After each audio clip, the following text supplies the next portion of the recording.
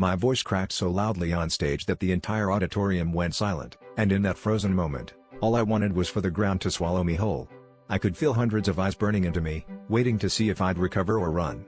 Instead, my mind raced back to every moment I'd doubted myself, every time I'd let fear make my world smaller.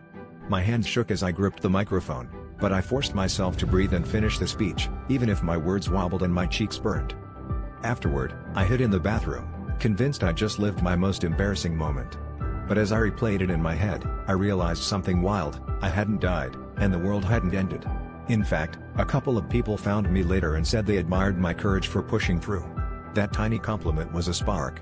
Maybe, just maybe, I didn't have to be perfect to make a difference. So I signed up for more speaking gigs, scary as it was. Every time I stumbled, I learned how to laugh at myself, how to keep going when my heart pounded so loud I could barely think. I started sharing the messiness, the fear, the real behind the scenes, and suddenly, others began telling me their stories, too. We became a community of imperfect voices, lifting each other up, daring to be heard. Now, when I stand in front of a crowd, I remember that first crack, and I use it. My biggest failure became my foundation. If my voice can shake and still speak, so can yours. Sometimes, the moments we want to erase are the very ones that give us the power to help others find their own.